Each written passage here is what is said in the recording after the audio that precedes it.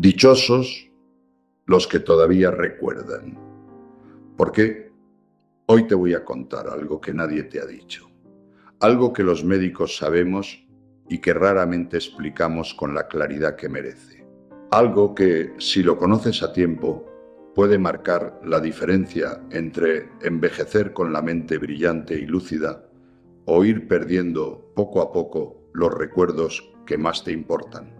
Y lo más sorprendente de todo es que el error del que te voy a hablar no es raro ni extraño.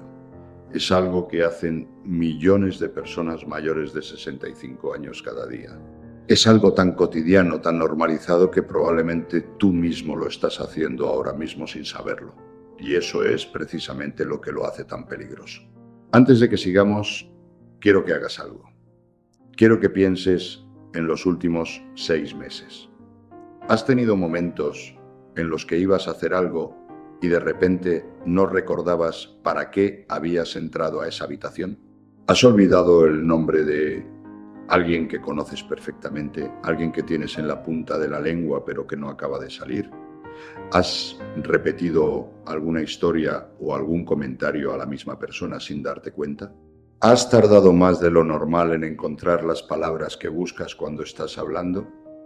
Si has respondido que sí a alguna de estas preguntas, no te asustes, porque lo que te voy a contar hoy te interesa profundamente y porque hay mucho que puedes hacer.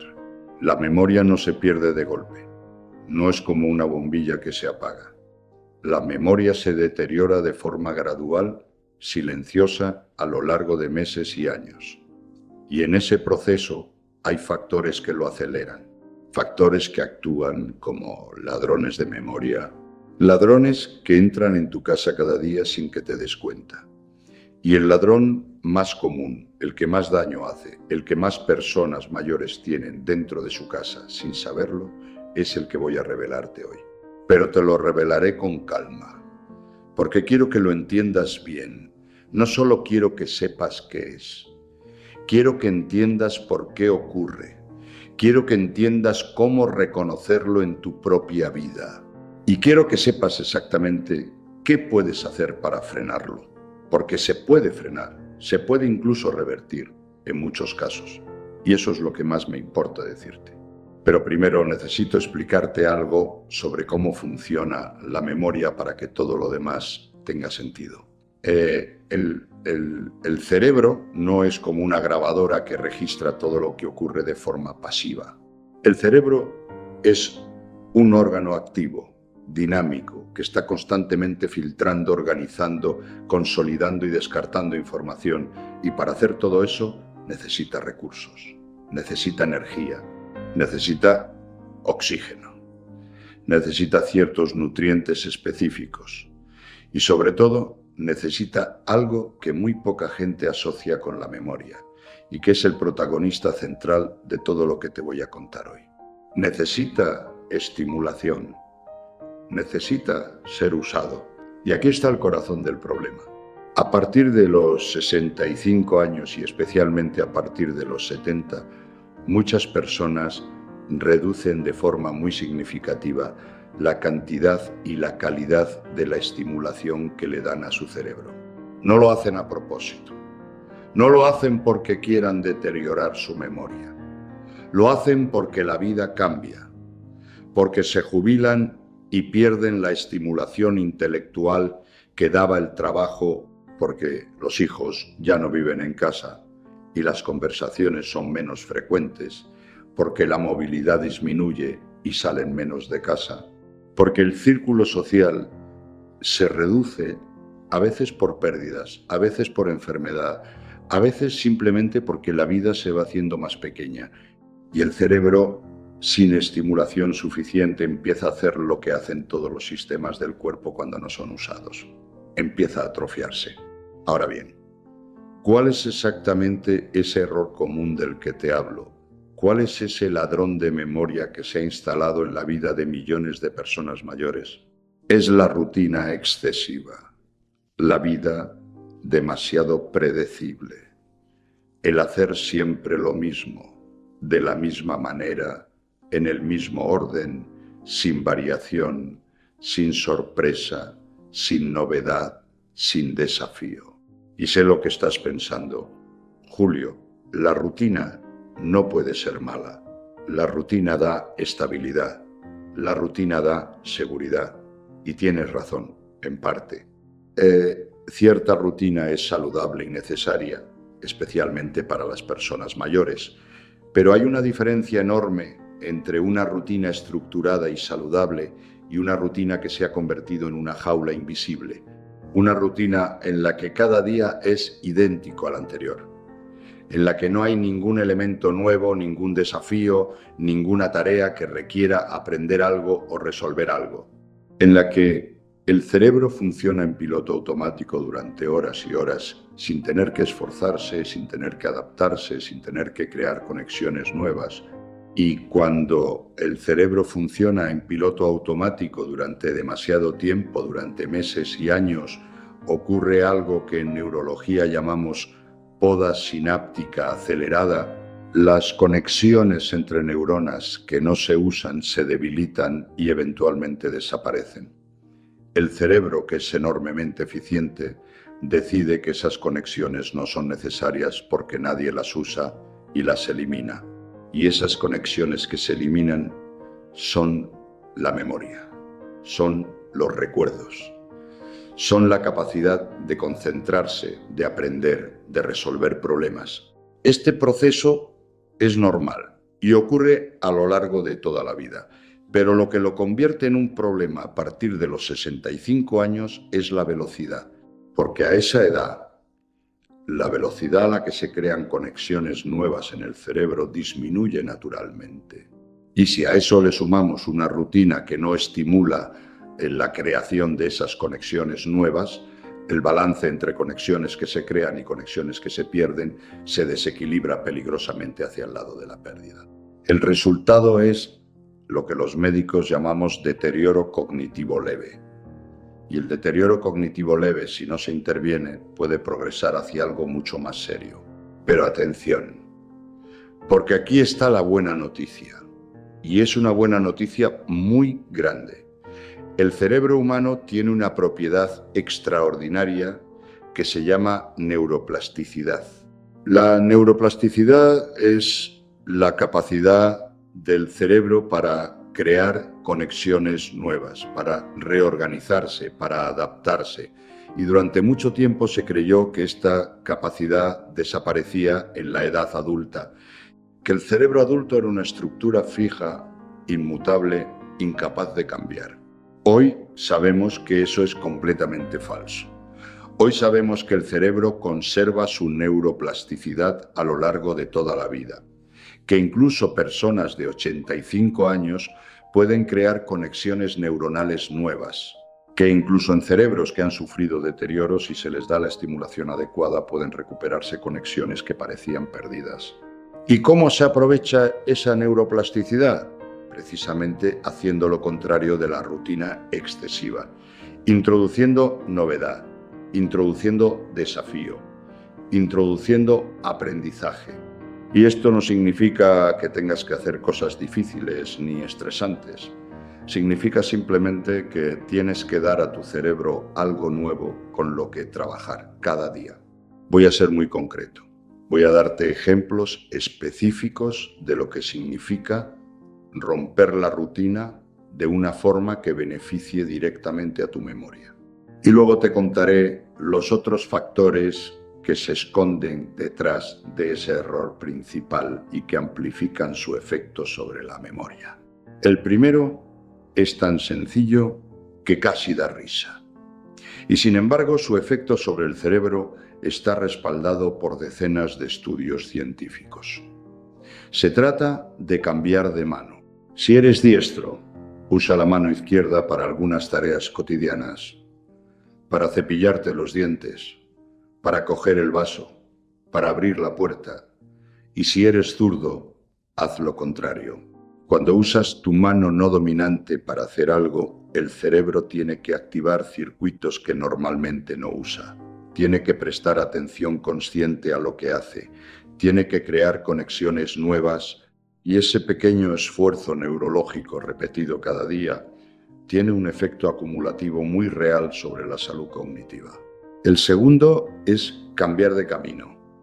Si siempre vas al mismo sitio por el mismo camino, prueba a ir por un camino diferente.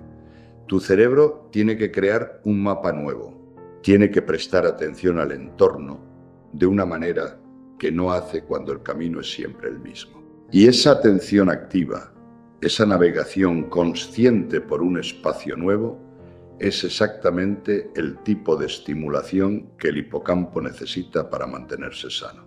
El hipocampo es la estructura cerebral más importante para la formación de nuevos recuerdos.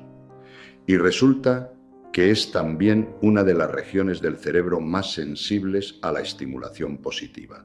Cuando lo usamos para navegar por espacios nuevos, cuando lo obligamos a crear mapas mentales nuevos, literalmente crece, genera nuevas neuronas.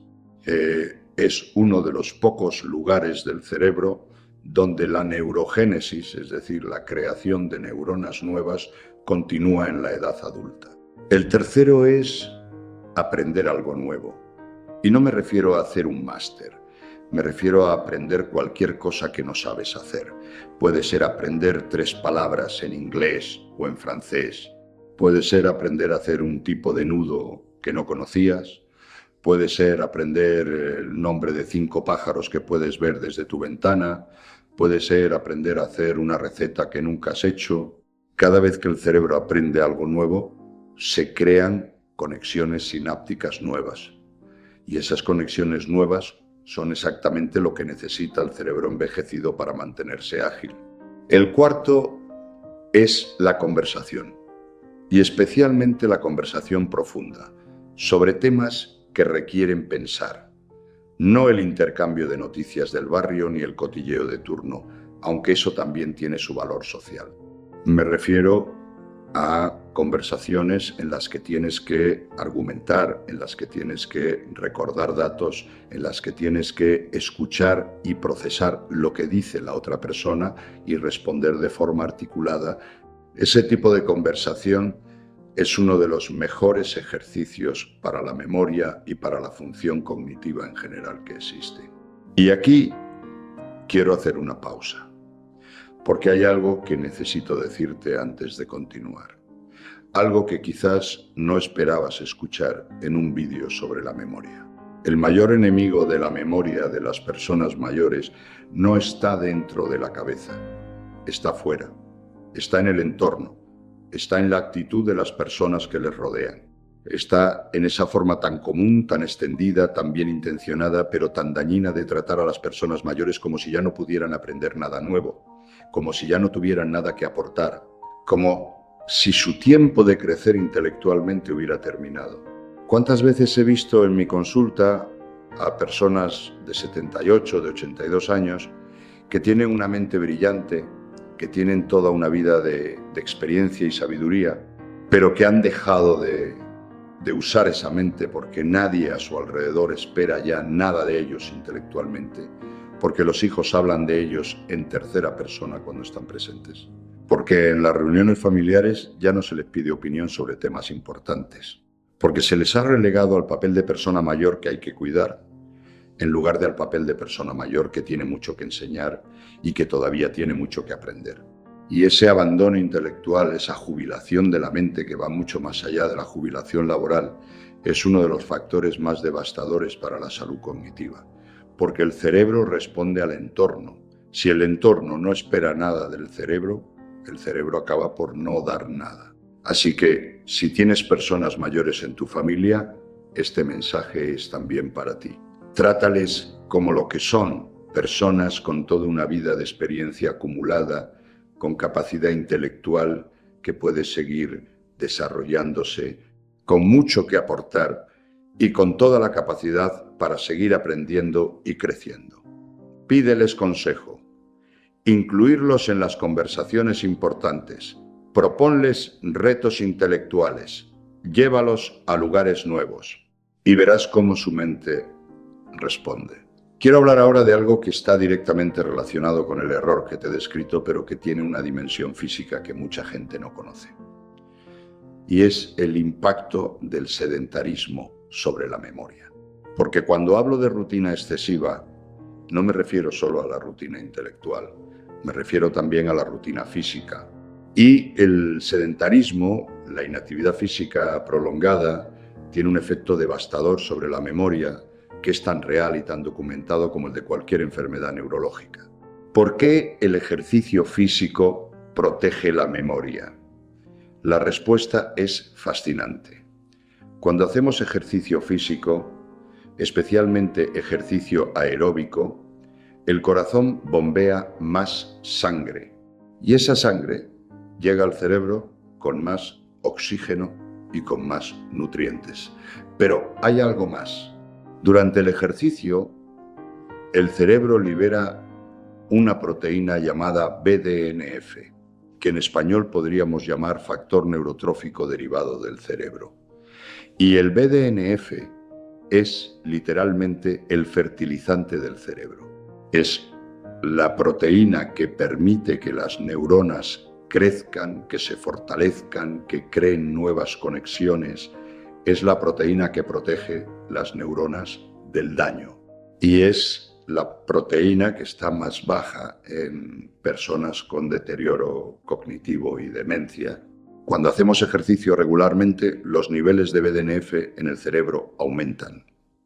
Y cuando los niveles de BDNF aumentan, la memoria mejora, el aprendizaje mejora, la capacidad de concentración mejora y el riesgo de deterioro cognitivo disminuye de forma significativa.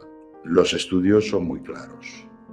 Las personas mayores que caminan 30 minutos al día, 5 días a la semana, tienen un riesgo hasta un 45% menor de desarrollar demencia que las personas de la misma edad que son sedentarias. No estamos hablando de correr maratones, estamos hablando de caminar, de moverse, de no quedarse sentado en el sofá durante 6 u 8 horas al día.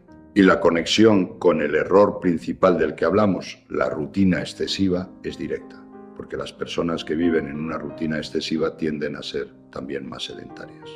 Se levantan, desayunan, se sientan, comen, se sientan, cenan, se acuestan, el mismo circuito, el mismo sofá, el mismo televisor. Y ese sedentarismo físico se combina con el sedentarismo intelectual para crear una tormenta perfecta que acelera el deterioro de la memoria. Ahora quiero hablarte de algo que muchas personas no asociarían con la pérdida de memoria, pero que en mi experiencia clínica es uno de los factores más importantes y tiene que ver con el sueño. El sueño no es simplemente descanso. El sueño es el momento en que el cerebro consolida los recuerdos. Durante el día, el cerebro recibe y almacena temporalmente una enorme cantidad de información en el hipocampo. Y durante la noche, mientras dormimos, esa información se procesa, se organiza y se transfiere a la memoria a largo plazo en la corteza cerebral. Este proceso se llama consolidación de la memoria y ocurre específicamente durante las fases de sueño profundo. Cuando el sueño es insuficiente o de mala calidad, esa consolidación no ocurre correctamente. Los recuerdos del día anterior no se fijan bien.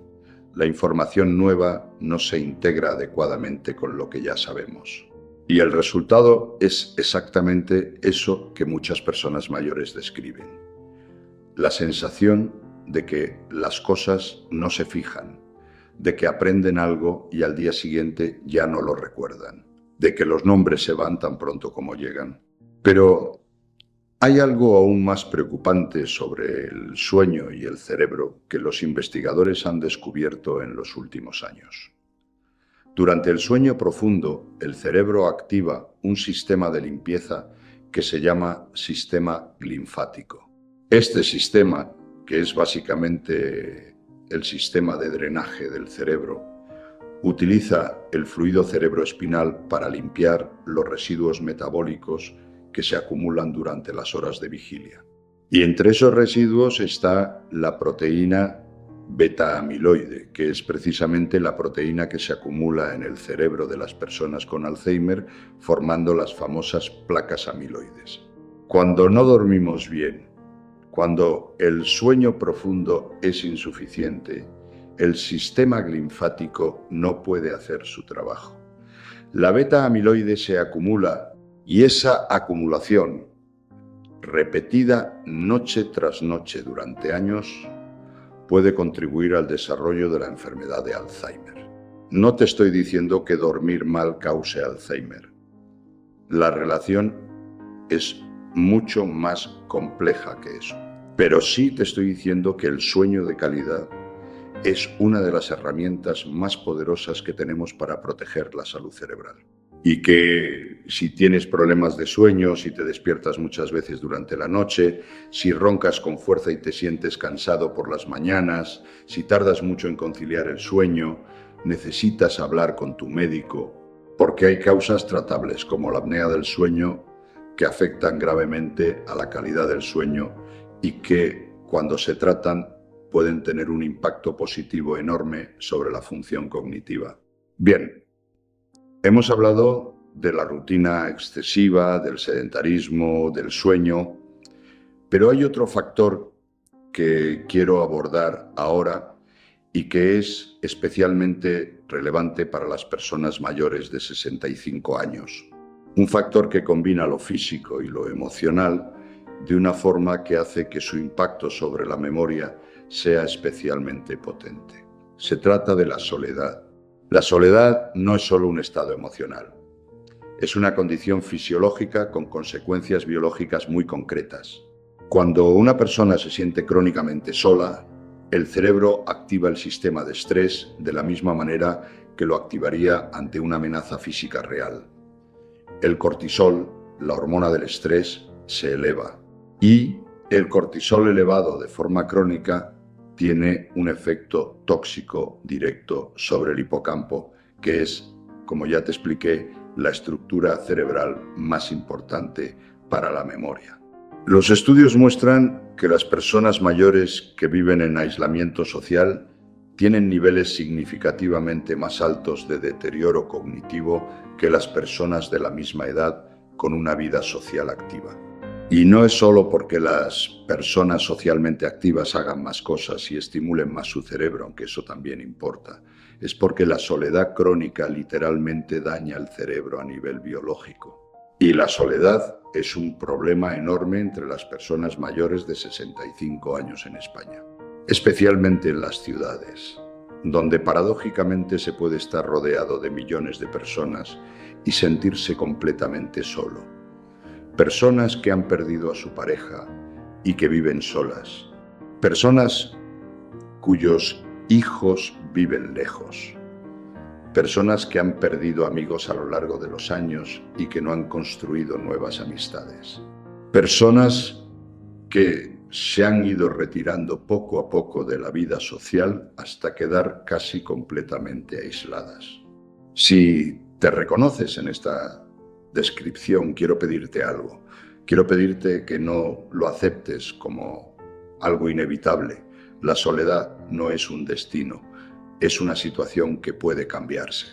Hay clubes de mayores en prácticamente todos los barrios de España.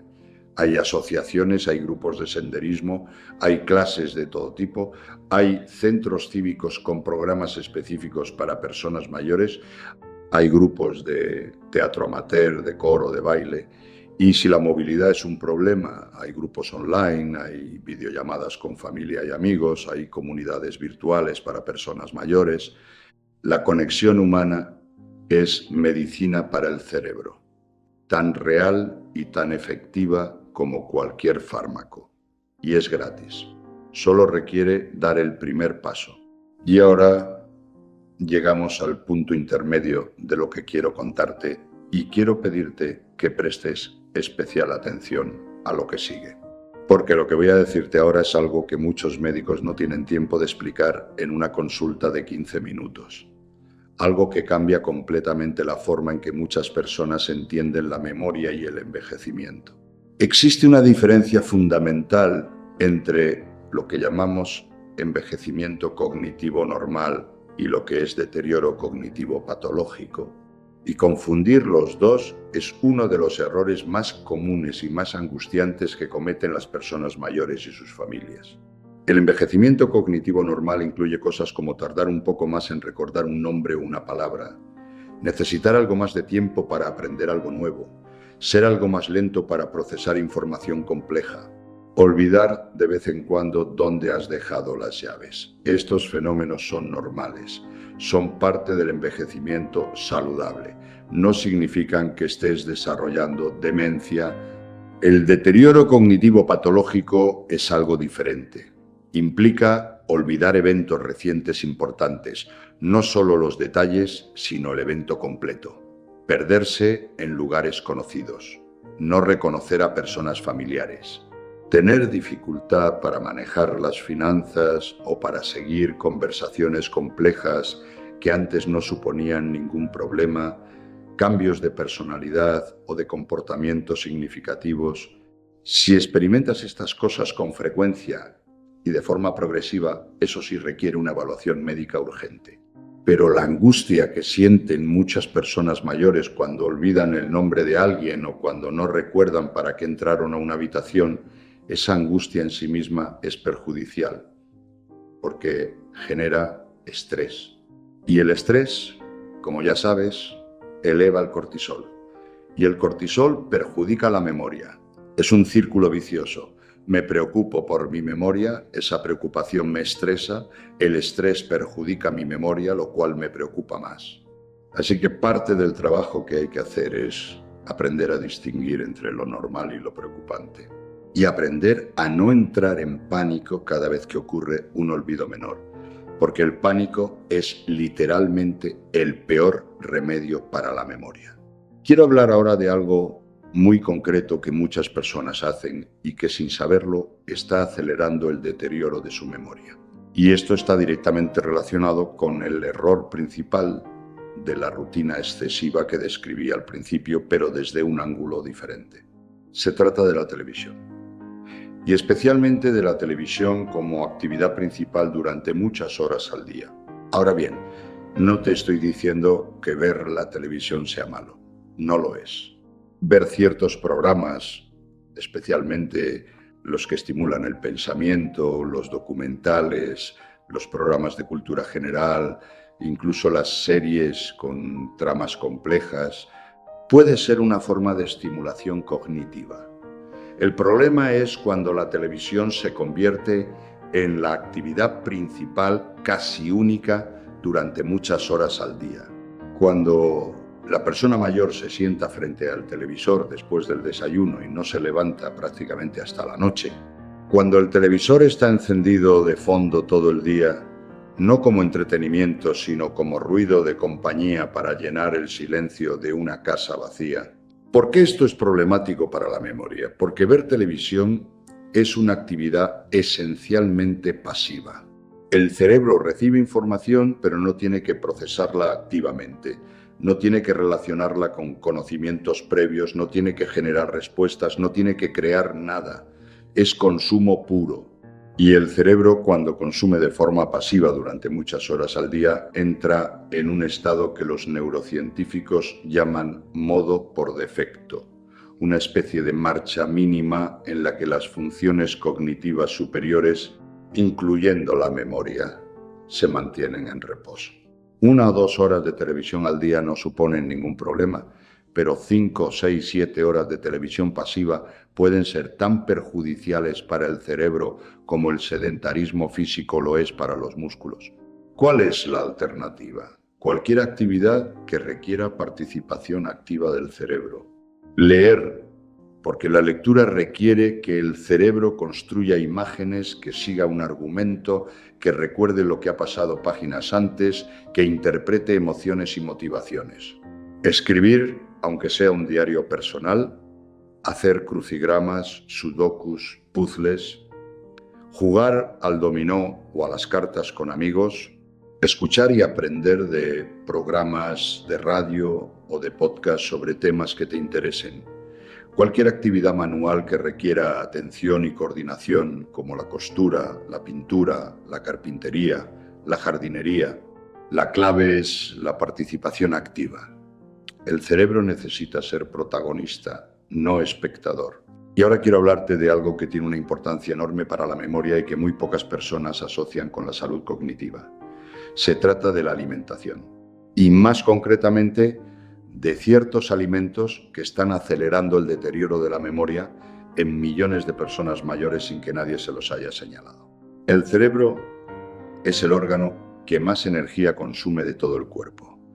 Representa solo el 2% del peso corporal, pero consume el 20% de la energía total que obtenemos de los alimentos. Y para funcionar bien, el cerebro necesita ciertos nutrientes específicos de forma regular. El primero y más importante es la glucosa.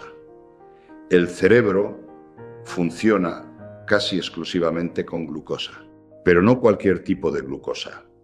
El cerebro funciona mejor con glucosa que llega de forma estable y constante, no con los picos y valles que producen los azúcares simples y los ultraprocesados. Cuando comemos mucho azúcar refinado, mucho pan blanco, mucha bollería, muchos refrescos, la glucosa sube muy rápido en sangre y luego cae igual de rápido. Y esos valles de glucosa son momentos en los que el cerebro literalmente no tiene suficiente combustible para funcionar bien. La memoria falla, la concentración falla, el pensamiento se enlentece. La solución es priorizar los carbohidratos complejos, los de liberación lenta, el pan integral, las legumbres, los cereales integrales, las frutas con piel. Estos alimentos liberan glucosa de forma lenta y constante, proporcionando al cerebro un suministro estable de energía durante horas. El segundo nutriente fundamental para la memoria son los ácidos grasos omega 3. El cerebro está compuesto en un 60% de grasa. Y una parte muy importante de esa grasa son los ácidos grasos omega 3. Estos ácidos grasos son fundamentales para la estructura y el funcionamiento de las membranas neuronales. Sin suficientes omega 3, las neuronas no se comunican bien entre sí, las sinapsis son menos eficientes y la memoria se resiente. Las fuentes más ricas en omega 3 son el pescado azul, el salmón, las sardinas, el atún, la caballa. 2 o 3 porciones de pescado azul a la semana pueden marcar una diferencia significativa en la función cognitiva. Y hay estudios que muestran que las personas mayores con niveles más altos de omega 3 en sangre tienen cerebros que literalmente miden más, que han preservado mejor su volumen cerebral con el paso de los años. El tercer nutriente son los antioxidantes. El cerebro es especialmente vulnerable al daño oxidativo porque consume muchísimo oxígeno y produce muchos radicales libres como subproducto de ese consumo. Los antioxidantes neutralizan esos radicales libres y protegen las neuronas del daño. Y las fuentes más ricas en antioxidantes son las frutas y verduras de colores intensos. Los arándanos, las fresas, las cerezas, las espinacas, el brócoli, los tomates, los pimientos rojos. Los arándanos merecen una mención especial. Contienen un grupo de antioxidantes llamados antocianinas que tienen una capacidad especial para atravesar la barrera hematoencefálica, que es la barrera que protege el cerebro, y actuar directamente sobre las neuronas. Los estudios con arándanos y función cognitiva en personas mayores son muy prometedores. Un puñado de arándanos al día puede ser una de las formas más sencillas y deliciosas de proteger tu memoria. Y luego está el aceite de oliva. El aceite de oliva virgen extra, que es un pilar de nuestra dieta mediterránea, contiene un compuesto llamado oleocantal que tiene propiedades antiinflamatorias muy potentes. Y la inflamación cerebral crónica, de la que hablaré en un momento, es uno de los factores más importantes en el deterioro cognitivo. El aceite de oliva virgen extra, con su oleocantal, actúa como un antiinflamatorio natural para el cerebro. Y aquí en España tenemos la suerte de tener acceso a un aceite de oliva de una calidad extraordinaria. Aprovechémoslo porque la dieta mediterránea la dieta de toda la vida, la de nuestros padres y nuestros abuelos, resulta ser uno de los patrones alimentarios más protectores para el cerebro que conocemos. Los estudios que comparan la salud cognitiva de personas que siguen la dieta mediterránea con los que siguen dietas occidentales ricas en ultraprocesados muestran diferencias enormes. Las personas que siguen la dieta mediterránea tienen un riesgo hasta un 35% menor de desarrollar deterioro cognitivo.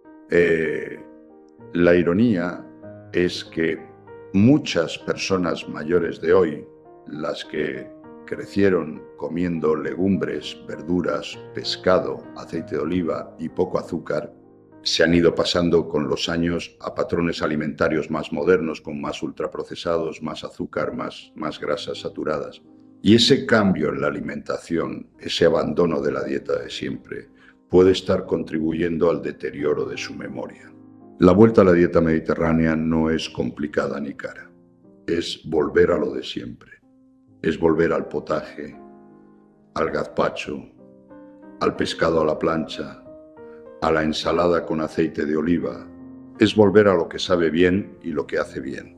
Quiero hablar ahora de la inflamación, porque la inflamación cerebral crónica es uno de los conceptos más importantes en la neurología moderna y uno de los que menos se conoce entre el público general.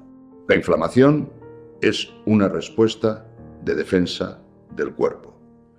Cuando hay una infección, cuando hay una lesión, el sistema inmune activa una respuesta inflamatoria para combatir el problema y reparar el tejido.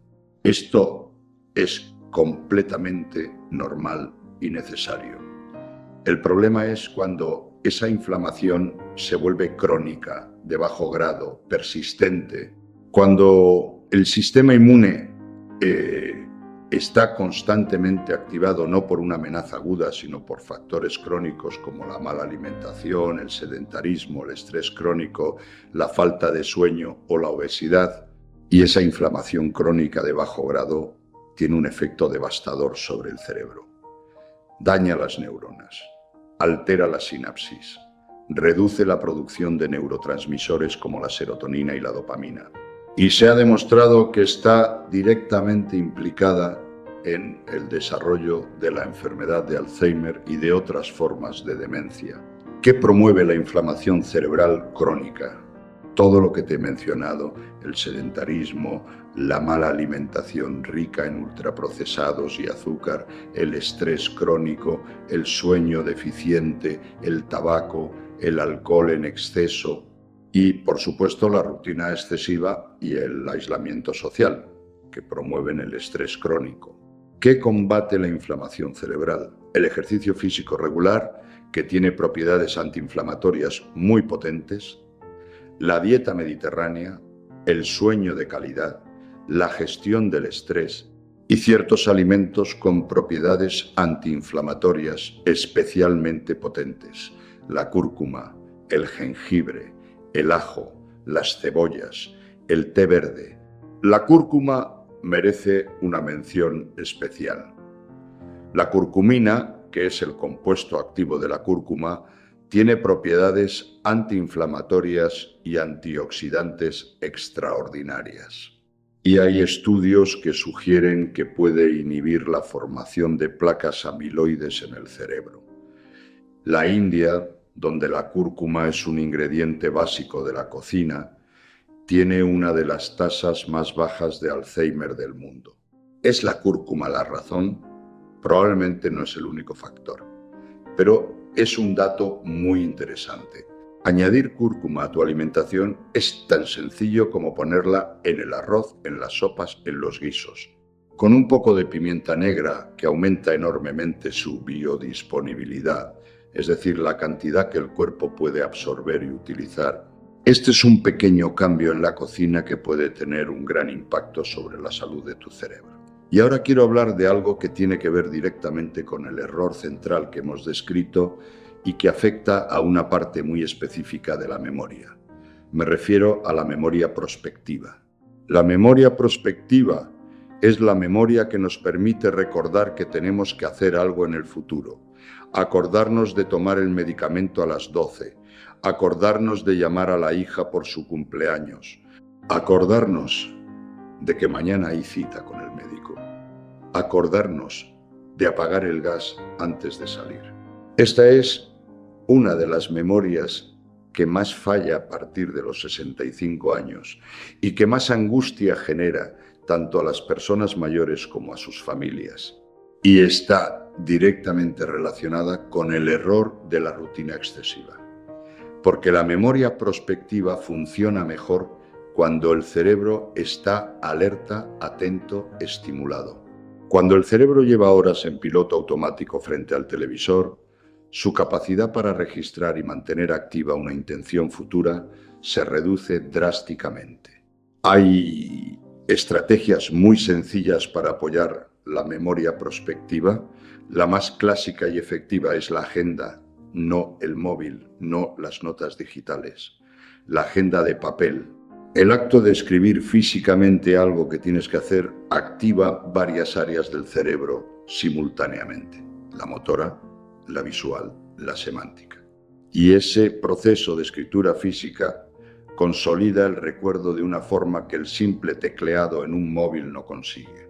Otra estrategia es asociar la tarea que tienes que recordar con algo que ya forma parte de tu rutina. Por ejemplo, si tienes que tomar un medicamento al mediodía, asociarlo con el momento de poner la mesa para comer. Si tienes que llamar a alguien por la tarde, coloca un objeto llamativo en un lugar visible que te sirva de recordatorio. El cerebro humano responde muy bien a las señales visuales en el entorno. Y otra estrategia, que suena sencilla pero que requiere práctica, es la atención plena en el momento presente. Muchos olvidos se producen porque en el momento en que ocurre algo, en el momento en que dejamos las llaves en algún sitio o en que alguien nos dice su nombre, no estamos realmente presentes. Estamos pensando en otra cosa. Y si no prestamos atención en el momento en que la información entra, esa información no se consolida y no puede ser recordada después. Practicar la atención plena no significa meditar durante horas. Significa simplemente desarrollar el hábito de estar presente en lo que estás haciendo. Cuando dejes las llaves, dite en voz alta: dejo las llaves encima de la mesa de la entrada. Ese acto de verbalización activa la memoria de una forma muy efectiva. Y muy pronto, el hábito de nombrar lo que haces se vuelve automático y la memoria prospectiva mejora notablemente. Llegamos ahora a algo que prometí contarte antes y que he estado guardando deliberadamente para este momento, porque es la parte que más sorprende a mis pacientes cuando se la cuento. Y es la parte que más puede cambiar tu forma de entender lo que le está pasando a tu memoria. Resulta que hay una causa muy concreta, muy específica, muy tratable que está detrás de una parte muy importante de los problemas de memoria que experimentan las personas mayores. Una causa que los médicos revisamos siempre que alguien viene a consultarnos por deterioro cognitivo. Una causa que no es Alzheimer, no es demencia, no es ninguna enfermedad neurológica grave. Es una causa tan banal, tan cotidiana, que cuando se la digo a mis pacientes muchos no me creen. Son los medicamentos. Hay una larga lista de medicamentos muy comunes que tienen como efecto secundario el deterioro de la memoria y de la función cognitiva en general. Y muchos de ellos son medicamentos que toman habitualmente personas mayores de 65 años. Los médicos usamos el término deterioro cognitivo inducido por fármacos para describir este fenómeno. Y es mucho más frecuente de lo que se reconoce. ¿Qué medicamentos pueden afectar a la memoria? En primer lugar, los medicamentos para dormir. Las benzodiazepinas, que son los somníferos y los ansiolíticos más comunes, tienen un impacto muy significativo sobre la memoria cuando se toman de forma crónica. Y en España, el uso crónico de benzodiazepinas en personas mayores es un problema de salud pública reconocido. Muchas personas llevan años, a veces décadas, tomando pastillas para dormir que no solo no resuelven el problema de fondo del sueño, sino que están dañando progresivamente su memoria. En segundo lugar, ciertos medicamentos para la vejiga hiperactiva, que son muy comunes entre las personas mayores, tienen propiedades anticolinérgicas, es decir, bloquean un neurotransmisor llamado acetilcolina, que es fundamental para la memoria. En tercer lugar, ciertos antihistamínicos, incluyendo algunos que se venden sin receta para las alergias. En cuarto lugar, algunos medicamentos para el corazón, como los betabloqueantes a dosis altas. Y en quinto lugar, las combinaciones de varios medicamentos que, tomados por separado, tienen efectos modestos sobre la memoria, pero cuya interacción puede potenciar ese efecto de forma significativa. Esto es lo que los geriatras llamamos polifarmacia, el uso simultáneo de muchos medicamentos que es muy común en personas mayores y que puede tener efectos sobre la función cognitiva que son difíciles de atribuir a un solo medicamento, pero que son reales y significativos. ¿Qué puedes hacer con esta información? Lo primero es no dejar ningún medicamento por tu cuenta. Lo primero siempre es hablar con tu médico. Pero tienes todo el derecho a preguntarle: doctor, ¿podría alguno de mis medicamentos estar afectando a mi memoria? Esa es una pregunta completamente legítima, que todo médico debería poder responder. Y si la respuesta es que sí, hay alternativas en muchos casos, hay ajustes de dosis posibles, hay medicamentos que pueden suspenderse de forma gradual con supervisión médica y cuya retirada mejora notablemente la función cognitiva. He visto personas que venían a mi consulta convencidas de que estaban desarrollando Alzheimer, con olvidos frecuentes, con dificultad para concentrarse, con sensación de niebla mental, y cuando revisábamos su medicación y hacíamos los ajustes pertinentes en colaboración con su médico de cabecera, en 3 o 4 meses su función cognitiva mejoraba de forma espectacular. Personas que habían recuperado la claridad mental que creían perdida para siempre. No te estoy prometiendo que este sea tu caso. No te estoy diciendo que tus problemas de memoria se deben necesariamente a los medicamentos. Te estoy diciendo que es algo que vale la pena investigar, que tienes el derecho de preguntar y que las consecuencias de ignorarlo pueden ser muy significativas. Y ahora llegamos a la parte final de lo que quiero contarte hoy. La parte que guardé para el final. La parte que, en mi experiencia, es la más transformadora para las personas que la comprenden verdaderamente. Se trata de la actitud hacia el envejecimiento. No como algo espiritual o filosófico, aunque también tiene esa dimensión. Se trata de algo concreto, medible, con consecuencias biológicas directas sobre el cerebro. Hay un campo de investigación que se llama psicología positiva del envejecimiento y sus hallazgos son francamente asombrosos. Los estudios muestran que las personas que tienen una actitud positiva hacia su propio envejecimiento, que se ven a sí mismas como personas capaces, activas, con propósito y con mucho por vivir, tienen un riesgo significativamente menor de desarrollar deterioro cognitivo que las personas que tienen una actitud negativa hacia el envejecimiento. Y no hablo de diferencias pequeñas, hablo de diferencias de hasta un 40% en algunos estudios. ¿Por qué la actitud afecta tan directamente al cerebro? Porque la actitud determina el comportamiento. Una persona con una actitud positiva hacia su propio envejecimiento es más probable que se mantenga activa, que busque estimulación, que se cuide, que se relacione con otros, que siga aprendiendo cosas nuevas. Y todas esas cosas, como ya hemos visto, protegen el cerebro. Pero también hay un mecanismo biológico directo.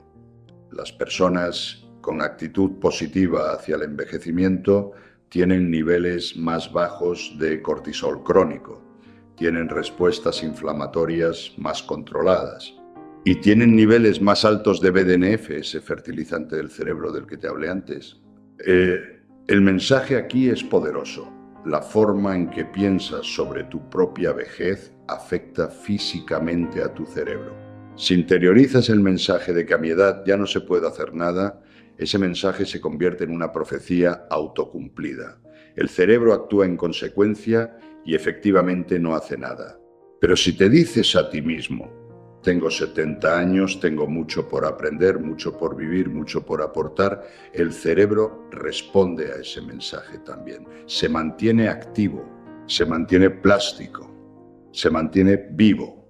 Y quiero concluir con algo que para mí tiene una importancia enorme y que sintetiza todo lo que hemos hablado hoy. El mayor protector de la memoria que existe, el factor que más diferencia a las personas que envejecen con la mente brillante de las que pierden la memoria, no es ningún medicamento, no es ningún suplemento, no es ninguna dieta especial, es el propósito. Las personas que tienen un propósito claro, algo por lo que levantarse cada mañana, algo que les importa, algo que les da sentido, tienen cerebros más sanos y memorias más resistentes al paso del tiempo. Puede ser el propósito de cuidar a los nietos, puede ser el propósito de escribir las memorias de su vida, puede ser el propósito de aprender a tocar un instrumento musical antes de cumplir los 80. Puede ser el propósito de servir en una asociación de voluntarios. Puede ser el propósito de estar presente de verdad para las personas que aman. Cuando hay propósito, hay motivación para cuidarse, hay motivación para moverse, hay motivación para aprender, hay motivación para conectar con otras personas. Y todas esas cosas que nacen del propósito son las mismas cosas que protegen el cerebro.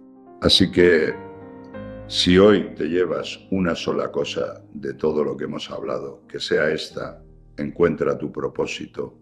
O si ya lo tienes, aliméntalo, deja que guíe tu día, deja que dé forma a tu rutina, pero que sea una rutina viva, llena de pequeñas novedades, de pequeños desafíos, de pequeños aprendizajes. Una rutina que no sea una jaula, sino un andamiaje desde el que seguir construyendo. Porque el cerebro que tienes a los 70, a los 75, a los 80 años, no es el cerebro con el que tienes que morir. El cerebro que tengas a los 85, si empiezas hoy a cuidarlo como se merece, puede ser más agudo, más flexible, más lleno de conexiones y de vida que el que tienes ahora. Y eso no es poesía, es neurociencia. Cuídate, cuida tu mente. Y recuerda que cada día que empieza con curiosidad, con un pequeño desafío, con una conversación interesante, con un movimiento, con un arándano, con una sonrisa, es un día en el que tu cerebro crece en lugar de encogerse, en el que tus recuerdos se fortalecen en lugar de desvanecerse, en el que tú ganas la batalla silenciosa que se libra cada día en los recovecos de tu mente maravillosa.